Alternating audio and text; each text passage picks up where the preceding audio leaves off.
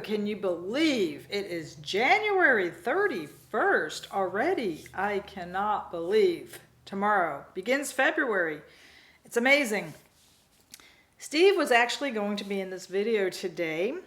We finally decided on his day off we'd make a video together, and we went out to breakfast. I have to show this breakfast. Breakfast is my favorite meal because growing up in a family of 8 kids, we rarely ate out. But when we did, we would go to the pancake house. I do not remember my mother ever making pancakes, so it was a real treat to go to the pancake house. Today, when I get breakfast at a restaurant, I typically choose pancakes, and here it is.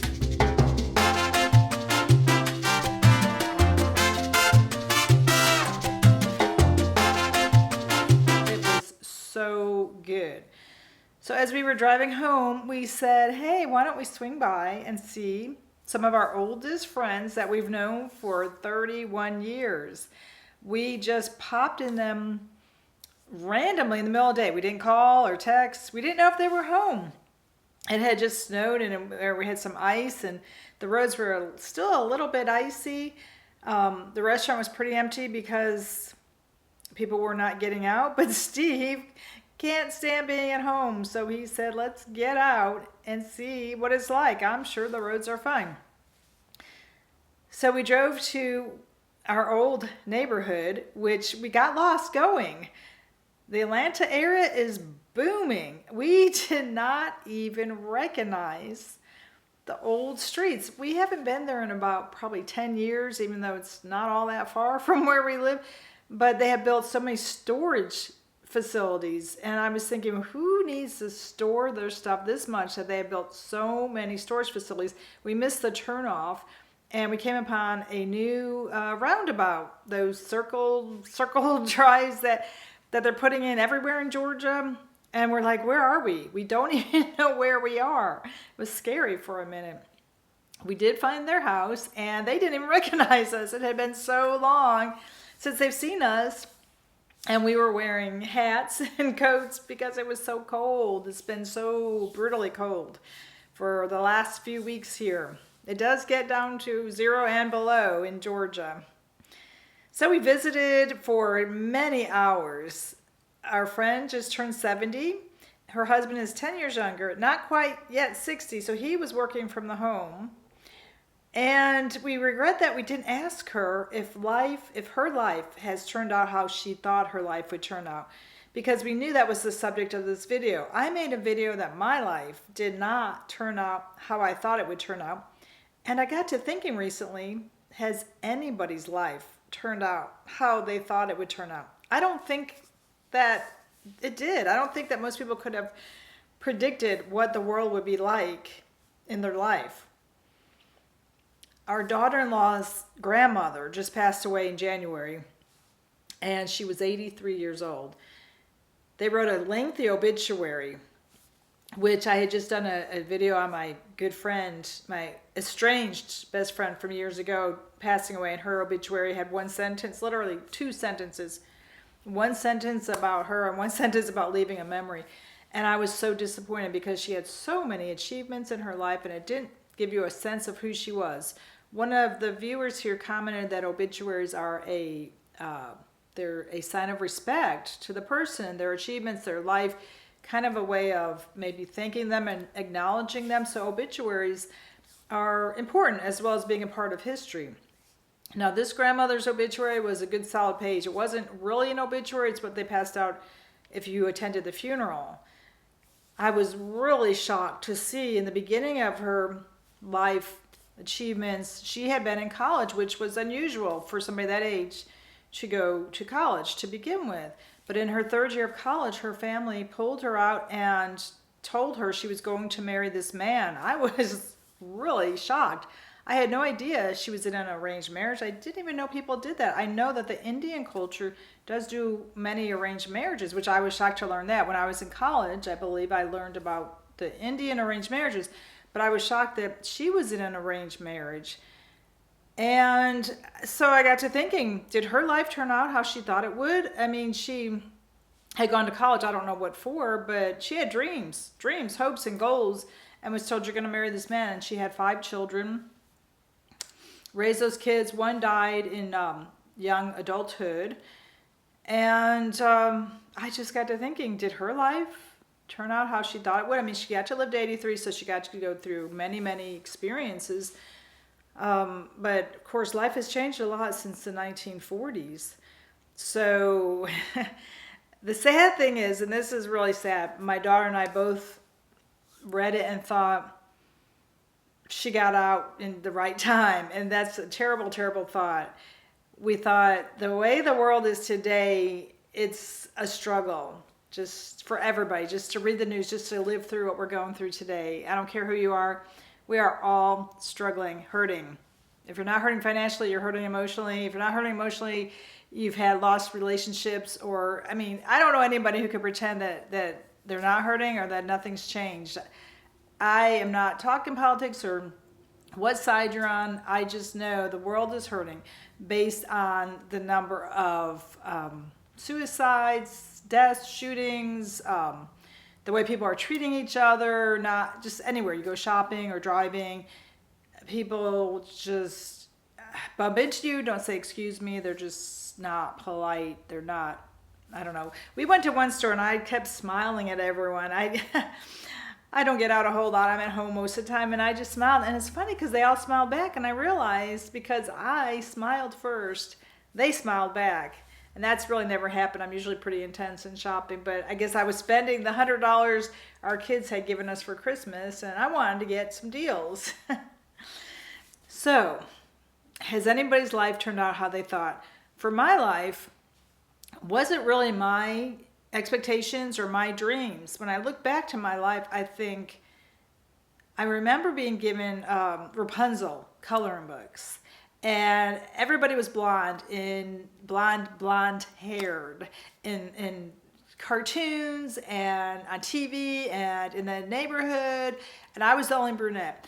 And I would color my Rapunzel brunette hair. But the point of Rapunzel was that she was in a tower, locked up in a tower. And I don't remember the story, but I think a prince had to save her or something. Most of the stories, a prince had to save the woman. When I started Brownies as a young girl, we would sing songs about looking for a husband, being grateful for a husband.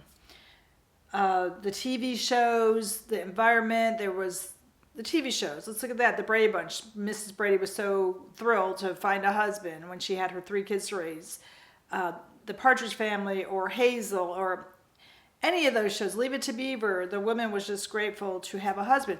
So the expectation was that you would get married as a woman. You would have at least 2, if not more kids. Those 2 kids would have 2 kids. You would have 4 grandkids.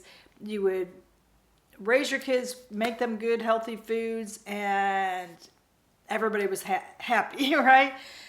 So were those my dreams, or were those the dreams that were subliminally placed upon me? Would I have wanted to get married if I wasn't told from birth that that was my expectation as a woman, that I would get married?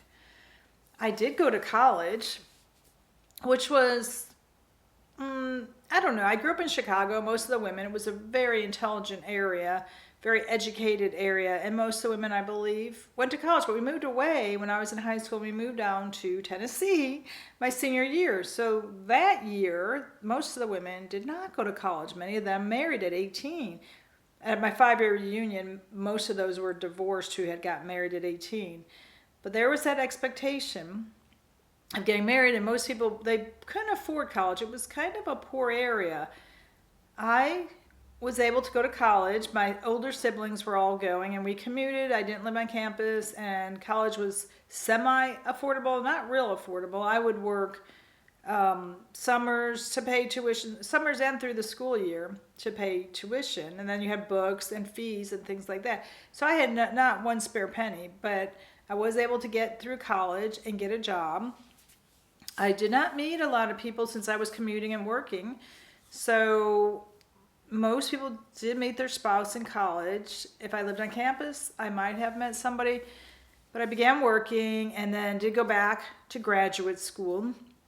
I still didn't meet anyone. And once I moved away and was on my own, I did meet Steve, and we got married. So I'm Sue. This is Aging Joyfully. We have made a conscious effort to try to age joyfully with all the issues of aging. We weren't really totally aware of the issues in aging. My grandparents died before I was born, so I never knew a lot of older people.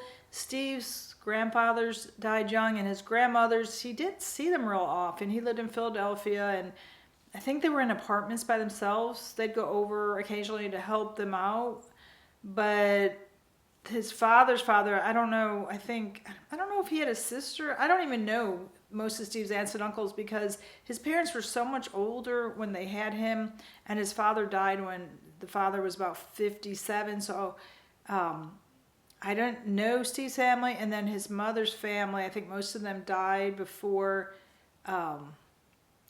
we got married. So I didn't know his aunts and uncles. But he didn't know his grandparents real well. He knew them somewhat, his grandmothers. I don't think he knew his grandfathers at all. So we were not always aware of aging issues, what might happen as you age. And of course, it has changed. Our parents were the first generation to really have Social Security, pensions, and a potential of a good retirement. My mother got sick in her late 50s, and my father basically took care of her and took her to doctor's appointments. So they didn't have that ideal retirement. Our generation is the first generation to not have pensions. Some of us do, but most of us don't. When I started working, they had just changed from pensions to 401ks, and my bosses encouraged me to save in our new 401k because they knew that without pensions, how are you going to be able to support yourself and live? So when I look at YouTube videos and stories in the news, I see that most people, people are working till their 70s and 80s. There's so many people in their 70s still working. Is their life what they thought it would be? I think that the story or scenario we were told from birth was you will get a job, you will go to college, and college will lead to a great job. You will get married and have kids, and then you will retire and be able to enjoy these grandkids. Well, most of our kids today are not having kids. Fewer and fewer babies are being born. And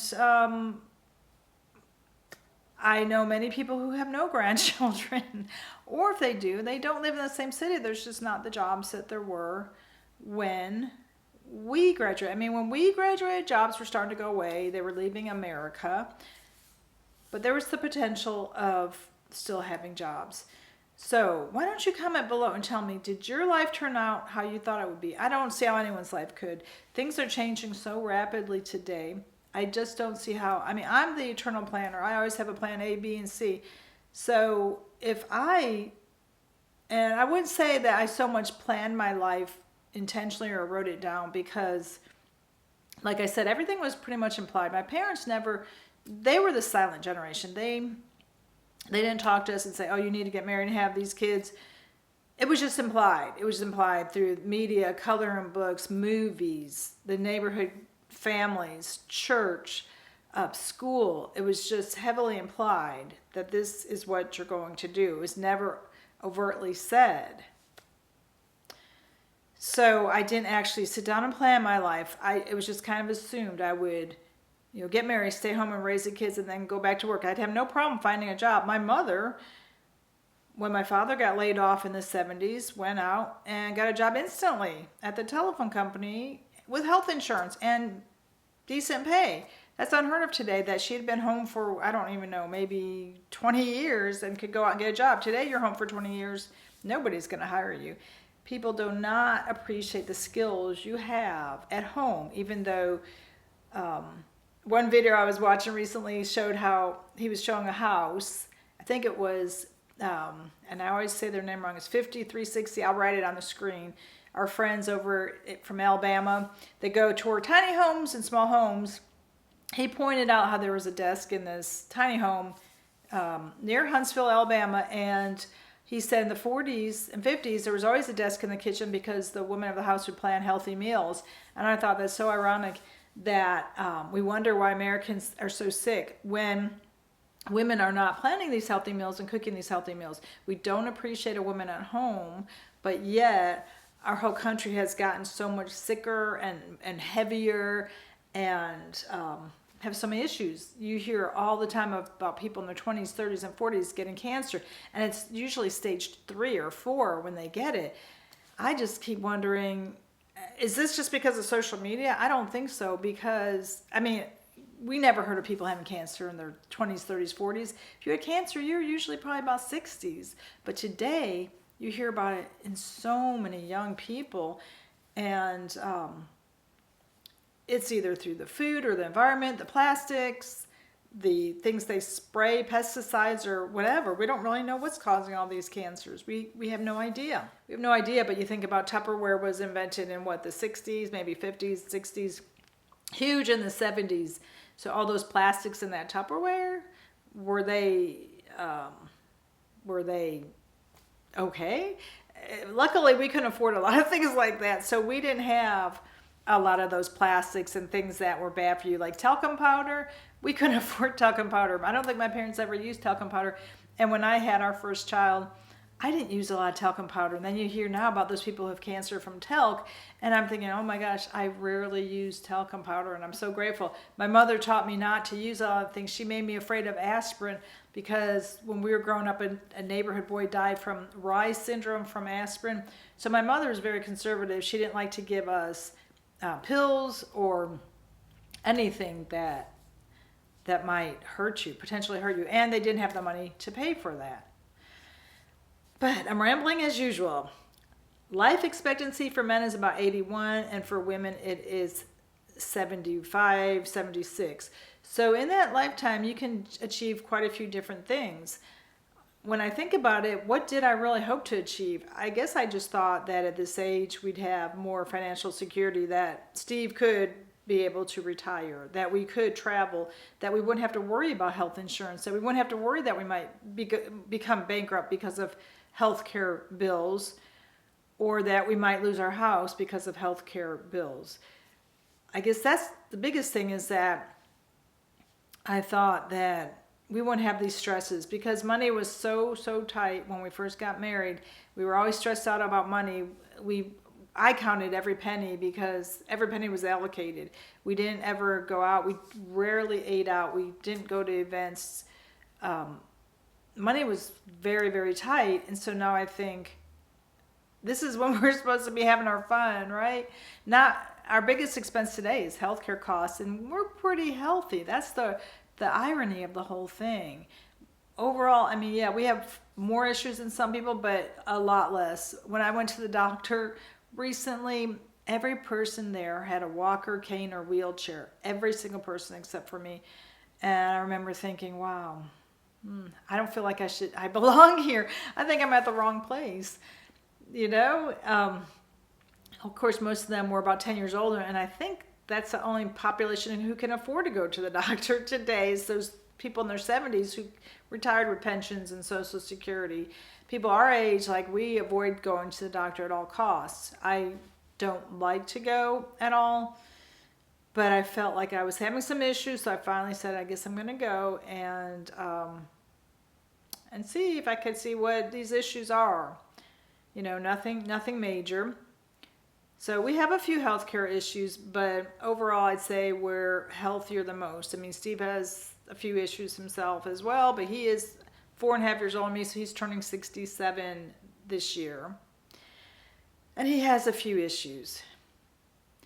So when I look at, did your life turn out how you thought? I don't just mean people in their 50s and 60s, but in your 30s and 40s. As I see all these layoffs, 30,000 here, 20,000, 16,000, all these people who maybe have worked 8, 10, 12 years are losing their jobs. Where would you go from here? If you were to lose your job at mid-30s, is there another job? I see people apply for thousands of jobs and are unable to get it. I see people delivering DoorDash, which I think is really kind of odd. All these people are delivering DoorDash because they don't have a job, but who the heck is buying these DoorDash?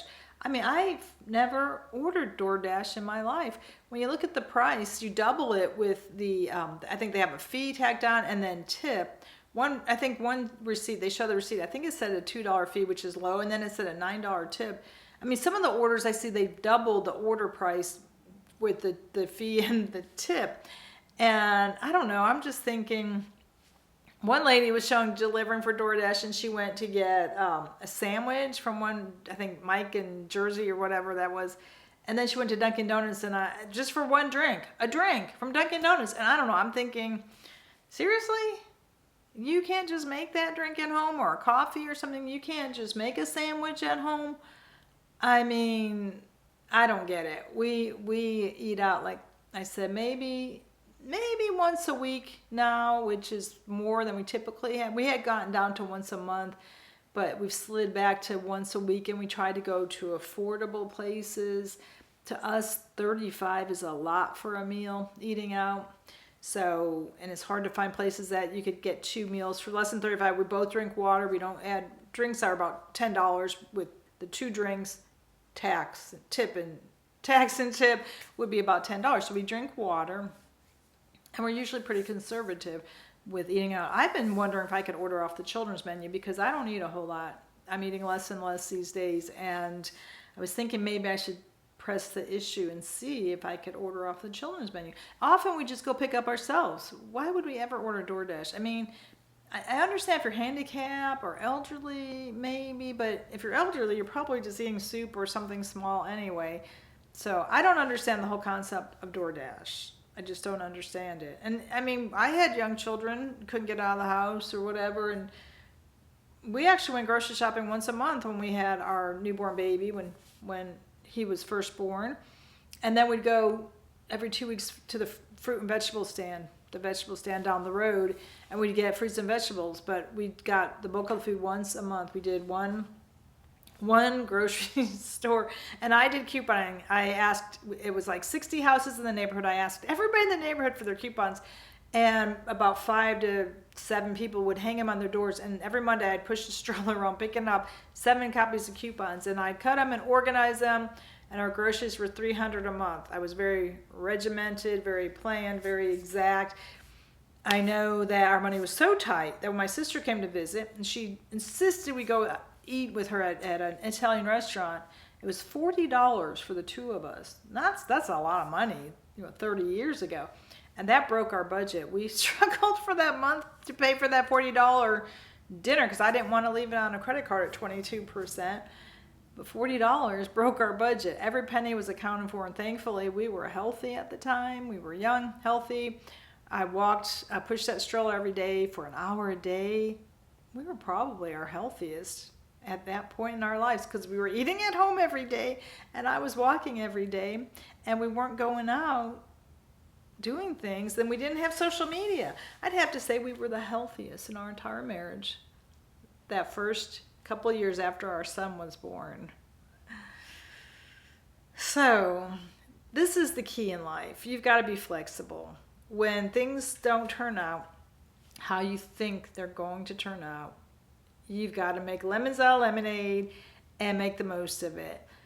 So what we're doing here is, Steve doesn't like working. He's almost 67, and he's working so I can have health insurance. That's something I think is probably the biggest disappointment in our life, is that we didn't know we'd struggle to get health insurance. We didn't really know how we were going to get it at this age if you don't retire with health insurance. We didn't know how we would be able to get health insurance. But he has to work so that I can have health insurance. And so we're trying to make the most of... after dinner, I try to pull out some games. I'm the big organizer, so I pull out board games, and we play for about 20 minutes every few nights. We watch a lot of Netflix. We talk every night. We talk about our hopes and dreams and goals, and we go over retirement over and over and over and think, can we retire? Can we do it? Can we do it? Can we retire? Well, not right now, because if he didn't get health insurance through his job, I've seen people paying at our age, my age, $3,000 a month through ACAs. They got rid of subsidies. Who has $3,000 a month for health insurance? Plus Steve's would be additional. I don't have any idea what my health insurance would cost, but I would say the 2 of us together would probably be at least $2,000 to $3,000. Now, who has that much money for health insurance without it covering anything? That doesn't cover doctor's visits or blood work or anything. That's just the insurance. So Steve is trying to work as long as he can, and he doesn't get a lot of days off anymore, so we can't really travel. he's so tired because it's a physical job that on his days off, we don't do a lot. But we did go see our friends, which was unusual. He does have to sleep a lot on his days off because he's tired. But we're trying to make the most of it. We lift each other up when one of us gets down. And our kids did come over and they played games with us. And we saw our grandson. And we ordered Chinese food and they went and picked it up for us. So it's the small things in life. It's the small things. You just get your joy from the little things in life. Tell me about your life. Tell me about your life. If your life didn't turn out how you thought it would, what are you doing? What are you doing differently? I know that a lot of people who are working in their 70s, even though they say they don't want to be working, it is a social connection, and you tend to be isolated if you do quit. You might be isolated at home and you might find that you miss working. I do miss getting out, but I was working as a long-term substitute teacher. I got certified to teach, and that was extremely stressful. A lot of kids who I've heard since COVID, it's a whole new breed now that they have minimal skills, or they can't stand in line. They don't have interaction skills, social skills. They can't talk. They can't communicate. So I'm not really interested in going back to that particular job. Yeah, a desk job would have been nice if you could find one at our age, right? But that's not going to happen. With the thousands being laid off, I've come to grips to more in the fact I'm not going to be working, and I miss working, but it's just not going to happen. It's not going to happen. So that's all you could do. Make the most of what you have, look at the positive, and look for ways to enjoy your life. Exercising, that's been a good one. Exercising on a daily basis, journaling, communication, reaching out to old friends. I've been writing letters to old friends, and trying to volunteer.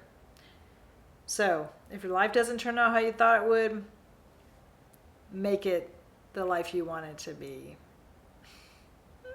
I'm Sue. Please hit like, subscribe, and tell your friends about our channel. And I'm sure Steve will be back one day. Like I said, he's he's tired. He's tired. He's tired. Oh, and I want to go get Sammi. Sammi has missed being on this show, so I'm going to go get her and bring her up here. She loves being on the show. So let me go get Sammi. Here she is. Here's my baby.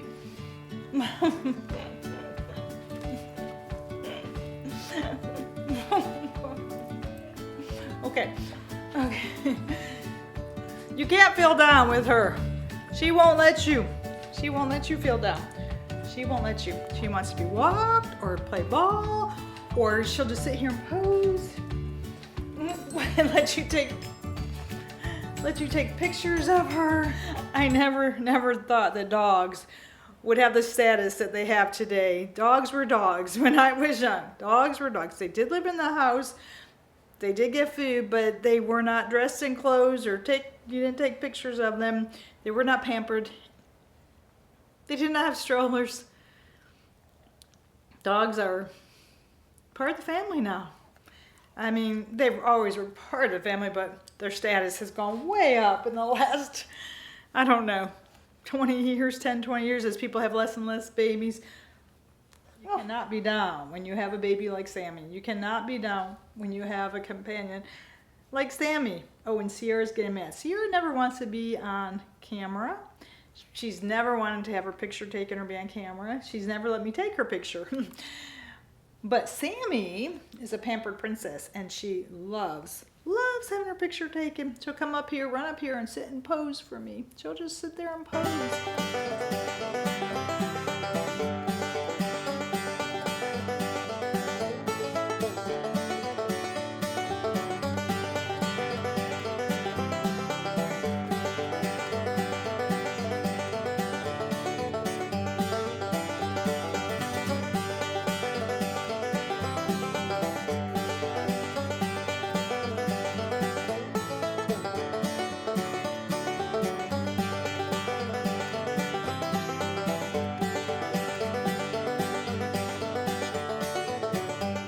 downstairs enjoying our new chairs, our new recliner. She really enjoys sitting in my new recliner. Really loves it.